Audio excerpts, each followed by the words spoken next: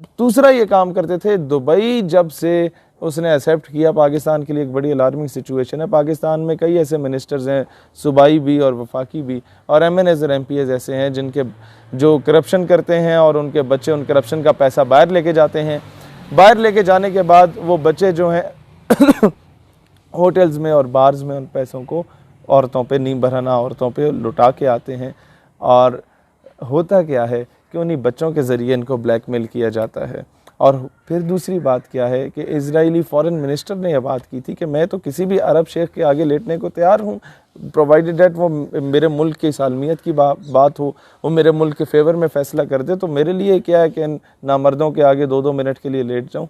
लिहाजा अब जो सबसे इम्पॉर्टेंट फैक्टर है वो ये है कि फहाशी के, अयाशी के जो अड्डे हैं वो मुत्तहिदा अरब अमारात में बनाए जाएंगे, और पाकिस्तान के जितने भी एलीट क्लास है ये फहाशी करने के लिए सबसे सस्ता तरीन ठिकाना जो इन्हें मिलता है वो मुत्तहिदा अरब अमारात मिलता है।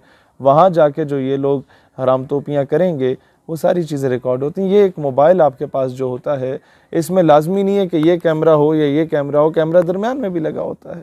मोबाइल, अभी तो वो ऐप्स आ गई हैं कि आप अपना मोबाइल बंद भी करते हैं तब भी वीडियो रिकॉर्डिंग हो रही होती है। तो ये कई इस तरह की चीज़ें, माजी में कुछ ऑफिसर्स बाहर जाया करते थे फॉरेन विजिट पे तो उन्हें मोबाइल गिफ्ट किया जाते थे। अब वो जब पाकिस्तान आते थे तो वो खूबसूरत बातें जो अपनी बेगमात या अपनी गर्लफ्रेंड्स के साथ करते थे वो सारी रिकॉर्ड होती थी, और उन्हीं बातों की बुनियाद पे उन्हें ब्लैकमेल किया जाता था कौमी राज बेचने की सूरत में। बहुत कुछ किया गया हमारे सियासतदानों के साथ, ऑफिसर्स के साथ, और यहाँ तक सिनेरियो बना दिया गया। मेरा एक दोस्त था, साबिक MNA रहा है KPK का, वो कहता है कि मैं एक वफ्द के साथ गया जहाँ पर हर किस्म के ऑफिसर्स और कुछ MNAs मौजूद थे। रात को जब ड्राइंग रूम में हमारे पाकिस्तानियों में शराब तकसीम वो दी जा रही थी, वो ग्लासेस में डाल के, तो मैंने इनकार किया कि यार मैं तो खान हूँ, नस्वार खाता हूँ, वो एयरपोर्ट से आगे आने नहीं देते। तो ये है कि मैं शराब कभी पी नहीं है, ना मेरे बाप ने कभी पी है, तो मैं नहीं पीता। तो कहता है कि MNA साहिबा हकारत की निगाह से मुझे देख के कहती हैं कि जनाब खान साहब नहीं पीते आप? तो कहते तब मुझे अंदाज़ा हुआ कि MNAs और MPAs में भी ये जो टॉप क्लास की एलीट होती है, इनके ड्राइंग रूम की एसेस हासिल करने के लिए आपको जानी शराबी होना पड़ता है। तो ये सिस्टम में इस तरीके से हमारे इनकलकेट कर चुके हैं, हमारे सिस्टम में इस तरीके से पेनिट्रेट कर चुके हैं। लिहाजा आज जो हमने इस चीज़ को देखना है, जो हमारे ऊपर सारी सैंक्शंस हैं उसमें कोई सीरियस नहीं है। पाकिस्तान ग़ुलामी कर रहा है, पाकिस्तान अपनी बेटियां बेच रहा है। आफिया सिद्दीकी की सूरत में मुशर्रफ ने अपनी किताब में लिखा कि मैंने पता नहीं कितने ही पाकिस्तानियों को बेचा और बाउंटीज ऑफ डॉलर्स को लिया, मुल्क ने तरक्की किया। भाई तुम्हें कोई बोले कि तुम्हारी बेटी दे दो, ऐशी करनी है हमने उसके साथ, तुम्हें हम 20 करोड़ देते हैं, अपना घर भी बना लो, गाड़ियाँ भी ले लो। पिंड में जब तुम जाओगे तो पूरा पिंड तुम्हारी गाड़ी नहीं देखेगा, वो बोलेगा ये तो बगैरत है, दलाली करता है बच्चियों की। तो अक़वाम आलम में हम पाकिस्तानियों को भी यही देखा जाता है कि बेटियों की दलालियाँ करके ये लोग यहाँ तक पहुँचे हैं। लिहाजा दुनिया में अपनी इज़्ज़त और वक़ार बरकरार रखना है तो उसका एक ही तरीका है कि ये कर्ज़े उठा के मगरब के मुँह पे मारे जाएँ, और उसके लिए आपके पास ना फैक्ट्रीज़ हैं, ना मिल्स हैं, ना इंडस्ट्रीज़ हैं। एक ही तरीका है कि कौम से चंदा मांगें। चंदा मांगने का भी एक तरीक़ाकार होता है कि कौम ने पहले भी एक बार था कर्ज़ मुकाओ मुल्क बचाओ कैंपेन थी, उसमें सब कौम ने अपने जेवर बेचे, प्लाट बेचे और सरकारी धारे में जमा कराए, और वो वज़ीर आज़म से लेकर नीचे क्लर्क तक सब ने खाए। हल ये है कि सबसे पहले इमरान खान साहब मेहरबानी करके वो जो बनी गाला का आपका 300 कनाल का मकान है जिसमें आप अकेले रहते हैं और एक दो बंदे और रहते हैं और एक आपका कुत्ता रहता है, उसको बेचें, कौमी ख़जाने में जमा कराएं। फिर पकड़ें जरदारी का गिरेबान, उससे आप ये सारे बिलावल हाउसेस उठा के कौमी ख़जाने में जमा कराएं। फिर पकड़ें जनाब नवाज शरीफ को, इनके सारे पैसे उठा के कौमी ख़जाने में जमा कराएं। यकीन करो कौम अपने प्लाट भी बेचेगी, कौम की माएँ बहनें बेटियां अपने जेवर भी बेचेंगी। पाकिस्तान का कर्जा उठा के जब मगरब के मुंह पे मारा जाएगा तो यकीनन हम दलेरी से आफिया सिद्दीकी को भी वापस मांग सकेंगे। हम दलेरी से, हम न्यूक्लियर स्टेट है, हमें और किसी चीज़ का डर नहीं है। हम दलेरी से एमिल कांसी जैसे लोगों को बेचना बंद कर देंगे। हम लोगों से फिर कर्नल जोसेफ रात की तारीख में नूर खान एयरबेस से बाहर नहीं भागा करेगा। फिर रेमंड डेविस हमारे 2 बच्चों को कुचल के शहीद करके मुल्क से बाहर बाइज़्ज़त तौर पे बरी नहीं होगा। ये तमाम काम तब होंगे जब हम लोगों के ऊपर से कर्ज़ा उतरेगा, और कर्ज़ा उतारने के लिए कौम को एतमाद में लेना ज़रूरी है। एतमाद में तभी लिया जा सकता है जब आप पहल करेंगे? अगर तवाम में दो ग्रोह बने हुए हैं, एक हुकूमत का, एक अपोजिशन का। जो अपोजिशन वालों को कह रहे हैं कि गद्दार हैं कि इन्होंने FATF का जो बिल था उसकी मुखालफत की, और हुकूमत को कहते हैं बड़े वफादार हैं। मैं आपको एक बात बताऊं कि यही अपोजिशन अगर हुकूमत में बैठी होती तो इमरान खान FATF के बिल की मुखालफत कर रहा होता और ये लोग जो है वो हिमायत कर रहे होते।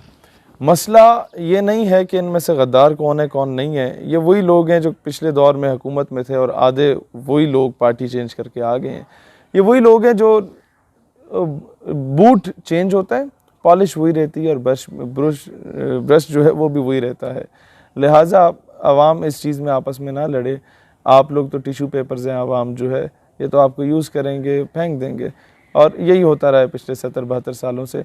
आपको सिर्फ ये चीज़ का अंदाज़ा होना चाहिए कि FATF में हमारा नाम आता क्यों है। ये जो कहते हैं कि दहशतगर्द तंजीमों पर पाबंदी लगाई जाए और इन दहशतगर्द तंजीमों की जो फ़ॉरेन फंडिंग है उसे रोका जाए, उसमें से अक्सरियत दहशतगर्द तंजीमें होती कौन सी हैं, इसको तवज्जो दें।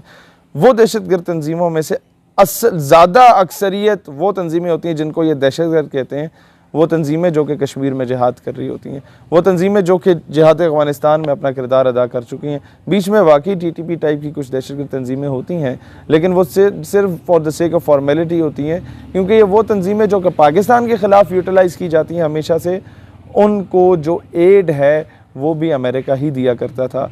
और आई स्टिल रिमेंबर जब भी फ़ौज और तालिबान के आपस में मुज़ाकरात हो रहे होते थे कि पाकिस्तान में अमन आ जाए, ये बंदे के पुत्र बन के रहें, और पाकिस्तान में जो collateral damage with in Pakistan होता था, सिविलियन भी शहीद हो रहा है, फ़ौजी भी शहीद हो रहा है, ट्राइबल एरियाज़ का बंदा भी शहीद हो रहा है, जब भी मुज़ाकरात कामयाबी के करीब होते थे तो ये अमरीकी हरामजादे जो होते थे ड्रोन स्ट्राइक करके तालिबान कमांडर को मार दिया करते थे TTP के, और फिर ये दंगे फसाद शुरू हो जाते थे। और ये दोनों तरफ से इस तरह का किया जाता था, और वहाँ पर उन्हें फंडिंग भी दी जाती थी against Pakistan and Pakistan armed forces. और तीसरी बात ये की जाती थी, अब ये इनका तरीक़ाकार क्या होता है? तरीक़ाकार इनका ये होता है कि एक दौर में सिंधियों को और MQM वालों को बड़ा लड़वाया जाता था, हैदराबाद से लेकर कराची तक।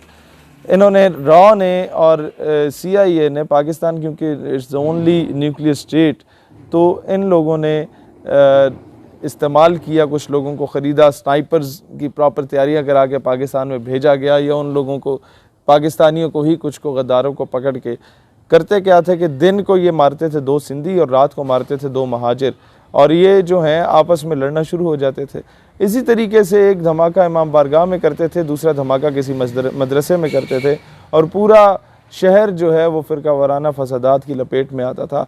इस वक्त भी कुछ ऐसे 3rd क्लास किस्म के इन लोगों ने वो क्या कहते हैं किराए के लोग ख़रीदे हुए हैं, जिनका काम सिर्फ ये होता था उन वलदुल हराम का कि वो आके सहाबा कराम की शान में गुस्ताखी कर लेंगे, या वो आके अहले बैत की शान में गुस्ताखी कर लेंगे, और उसके बाद पूरा मुल्क जो है वो फ़िरका वाराना फसादात की लपेट में आ जाएगा।